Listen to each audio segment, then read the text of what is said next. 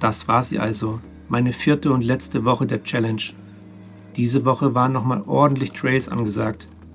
Und am Ende habe ich die Challenge über alle Wochen gemeistert. Ich konnte meine Screentime unter der Riding Time halten, auch wenn das nur durch eine starke Reduzierung und vor allem No Netflix möglich war. Es war sehr schön, so viel Zeit auf dem Bike zu verbringen. Ein großes Dankeschön an meinen Kumpel Flo, der mich bei vielen Rides begleitet hat.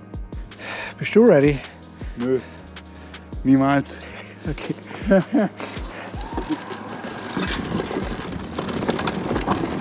Zum Abschluss am Sonntag bin ich nochmal auf unseren Hausberg gefahren und habe nach einem regenreichen Wochenende die Wolkenlücken am Abend genossen.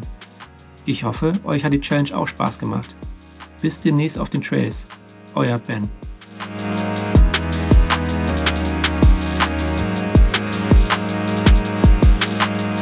Letzte Woche von der Beat Your Screen Time Challenge. Es ist Zeit von Paralane. Moin, Seppi hier. 4. und letzte Woche von der Beat Your Screen Time Challenge. Und ich hab's geschafft. Montag war mal wieder Zeit, um aufs Rennrad zu steigen mit meinem Freund Spoppi. Ich habe mal wieder gemerkt, wie krass das Unterschied ist gegen ein Gravelbike. Komfort versus Speed. Dienstag war ich dann übermotiviert und habe ein Power Hour gemacht, was die Beine am Ende von dieser 4 Wochen Beat Your Screen Time Challenge nochmal extra müde gemacht hat. Am Ende der Woche bin ich dann nur noch ganz gemütlich gefahren. Damit ist ein Ende gekommen an der Beat Your Screen Time Challenge. Radfahren mit jemand ist 1000-mal geiler, dann ihn zu schreiben. Mikroabenteuer sind einfacher, wie man denkt. Und ich bin ein Schönwetterfahrer, da der Beat Your Screen Time Challenge mit Kackwetter angefangen hat und am Ende trotzdem sehr gutes Wetter geworden ist. Das hat mehr Spaß gemacht, dann im Regen zu fahren. Woche 4 Beat Your Screen Time Challenge 2021 ist rum. Heißt, das Ganze hat ein Ende. Was ganz nice ist. Ich hatte noch mal eine gute Woche auf dem Rad, bin mit Freunden gefahren. Wir sind mit 2 Kollegen aus dem Büro, sind wir als Kessel CC Bergzeit fahren. Es war brutalst hart. Kessel Woche 1. Wie fühlt's euch? Ich mag's flach. Ich bin zu dick für den Scheiß. Aber besser als die Steilhöhe. Ohne Witz, vom rechten zum linken Nippel. Purer Schmerz.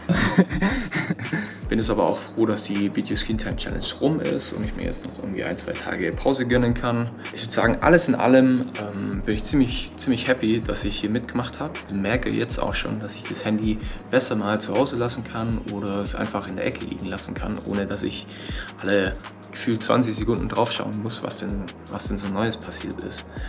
Und ich hoffe, der Effekt hält sich noch eine Weile.